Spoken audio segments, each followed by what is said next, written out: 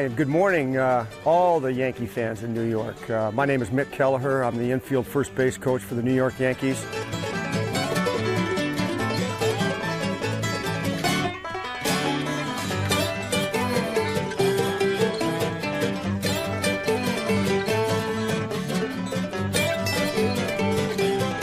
I'd like to show you our little slice of the San Ynez Valley here in California, and this is a day in my life.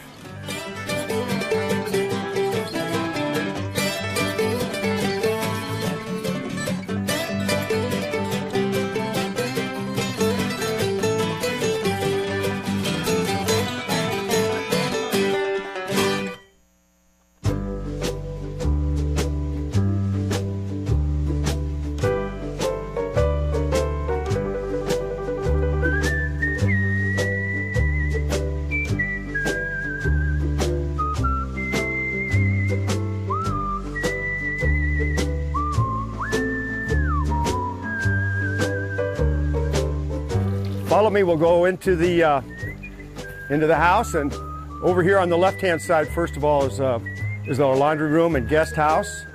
It looks over to the San Rafael Mountains.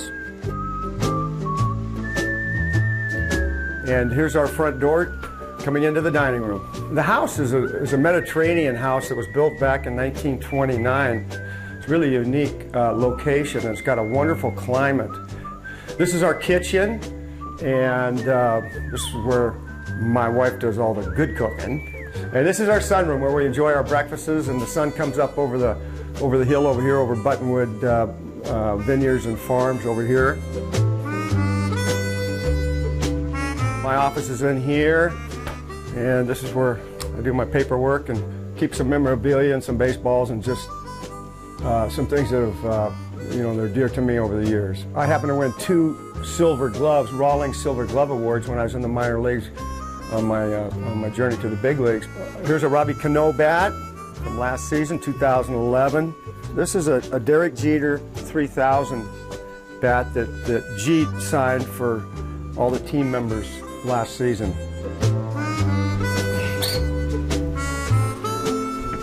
Here's a look at the little vineyard we have down here.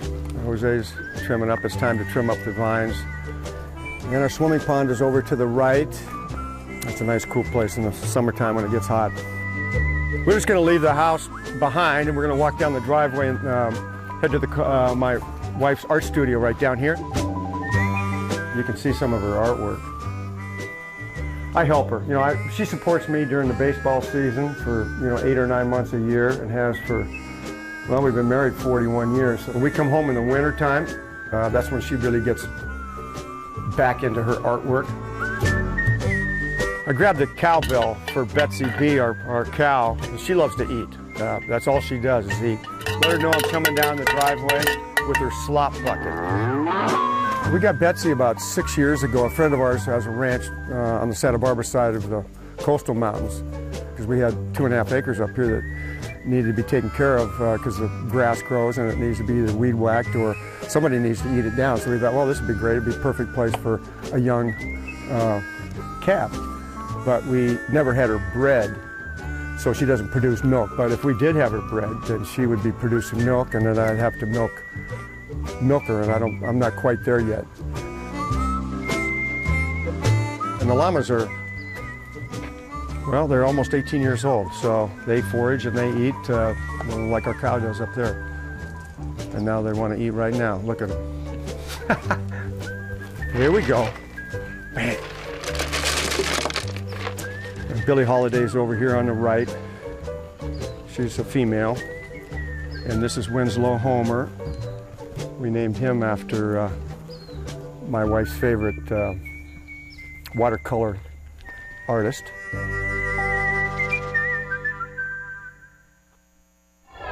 Drafted by the St. Louis Cardinals. In fact, the draft at that particular time was in early June, and it was announced during the College World Series in Springfield,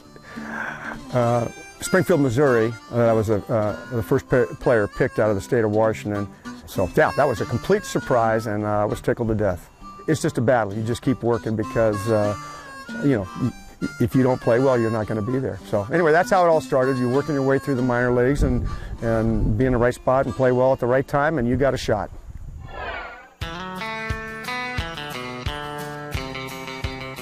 All right, well, we jumped in the car and we came over to our dear next-door neighbors, Mike and Brooke Carhart, and they have a fabulous vineyard and ranch here, and we're very fortunate to be next-door neighbors. So we're over here visiting, and got to take a look at the vineyard and the winemaking facilities, and Mike can fill you in a little bit too. In the off-season, Mick is over here probably, 4 times a week, helping us taste all our wines to make sure they're up to par, and we appreciate that.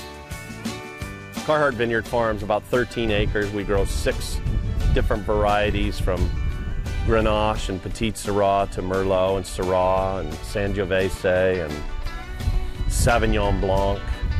I love Mike and Brooks' Zinfandel and Sangiovese. The Sauvignon Blanc is the best in the valley. We endorse the Carhart I thought you said it was the best in the world you. once. Well, that was yeah. You kind of It was. Just like the New York Yankees were the best in the world in 2009. Oh, zinger! Yeah. Zinger! We have to produce every year. That's true. Every year we have to produce. Wow. Yeah, we got to keep proving ourselves. And this year, 2012 coming up, it's going to be a good year. It's going to be a great. It's going to be a good baseball year for the Yankees, and it's going to be a good year for the vineyard. What everybody sees in the Yankees in Mick is Mick. That is him. He is the most genuine, passionate, loving guy who's just so much fun. Can't say enough about him.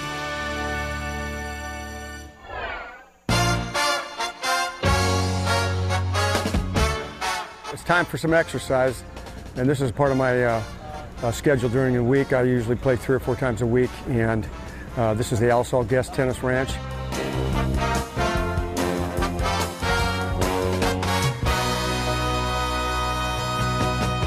So Mick comes off during the off season, and we try to keep him in shape and make sure he works on his tan out here in Solvang, California.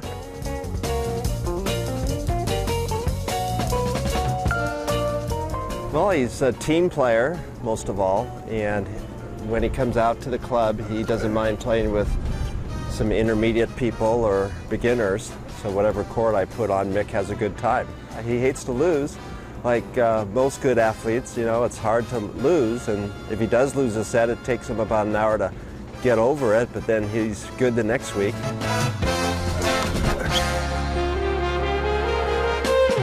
I like that serve right there. At the end of the season of 1983, that was my last professional season. I thought I could still play, and when Jack McKeon called me to say that he wasn't going to put me on the Major League roster for 1984, he said, try to find a job, do what you can, but if nothing works out for you, he said, give me a call by January 15th. I want you to be my infield coordinator for the San Diego Padres. I retired as a player, called Jack back, took the job, and that's how I went from being a player into management.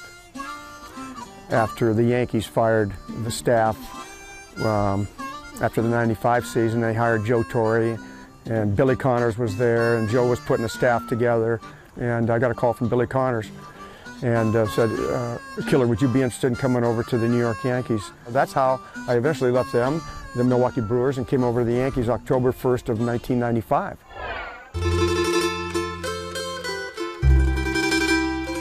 This is Solvang, and it's where our post office is, but this little town was settled back in the early 1900s. So you'll see windmills, and you'll see a Danish theme, European theme here in this little town.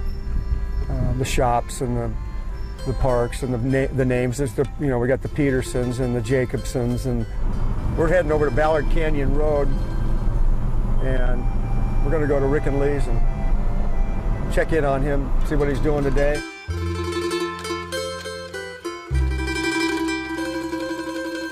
Want to stop by and see Rick Lehman, and this is his ranch along with his wife Lee. And he's a master leather saddle maker and a cowboy. And just a little background on Rick is that he's a former Air Force retired colonel.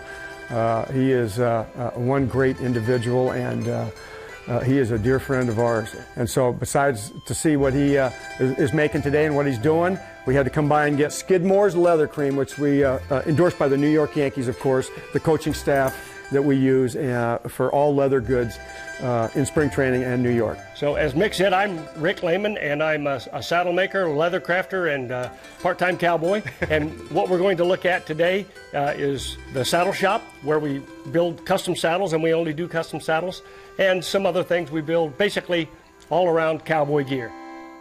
We take the leather and we get it wet and makes it soft and workable. This is a pattern. We'll put that wherever we want it. And you cut the outline just like you'd be tracing if you were in the 3rd grade and your teacher said, "Let's all make leaves today, class." And you basically tap along the lines you just cut. Some you tap on and some you don't. And learning out which ones to do what on is part of the development of the craft. Everything you see that is carved leather is done just like I'm showing you right now.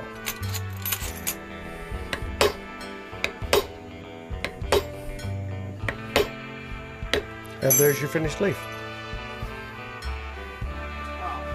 This was 10.5 hours to do this, with the flowers, the leaves, the buds.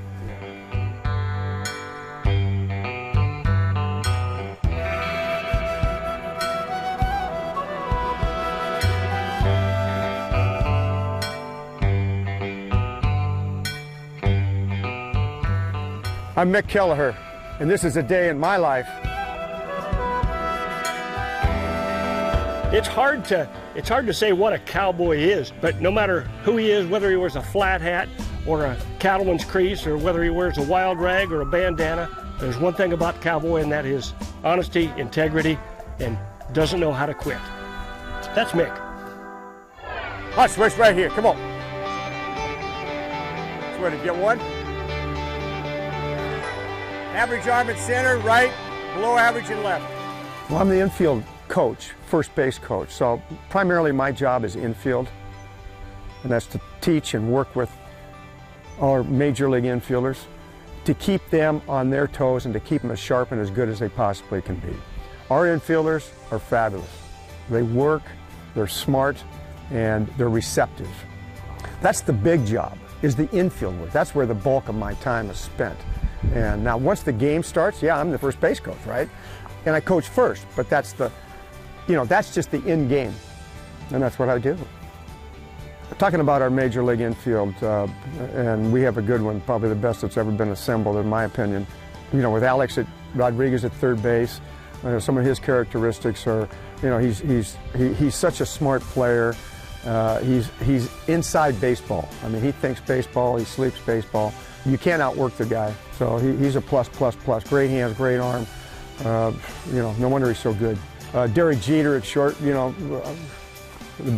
probably the best shortstop that's ever played this game all around. Still, you know, at 37 years old, a tremendous athlete. He's got great hands, great instincts, and he's so consistent. That ball's out of here! That ball's out of here! And away, Gene! Way to go! And Robbie Cano, what can you say about Robbie Cano? This guy's superstar. Superstar at the plate, superstar in the field. He's got the best arm in baseball. He can throw from anywhere. He's got great hands. He's got instincts. He's got everything. This guy is one of the top players in all this game. Mark Teixeira, first base. Gold Glove winner, superb player, great defensive player, great offensive player, great attitude and work ethic. He's a man who knows how to get the job done. He knows what he wants to do. He comes to spring training, we got a plan. He has fun, but he gets after it. Well, I'd say the most rewarding part about my job is that I love New York. I love the players that we have, our team, and what the boss and the Steinbrenner family has done for the city of New York and our ball club. They give us the opportunity to win, and that's what's fun. And that changes your attitude, it changes your work ethic, it gives you hope about every season. And that's all you want. is hope that you can win the pennant. And then you got to go after it. And that's why we play the games. As a person, number one is he's my best friend because he is so easy, so relaxed. He loves life. He makes marriage wonderful. I don't know, he's just so cool. I love the pulse of New York, the pace of it. A ball game, I don't know, going to the theater, shopping, Central Park, walking Central Park. How much better can it get? I love that. I'm really thankful to come home and take a breath. I think we have the best of both worlds. What I love about my off-season life here in San Ynez Valley, well, there's numerous things I love about it. I love our home and our property. I love the work that I do around here every day to maintain this place. I love our friends.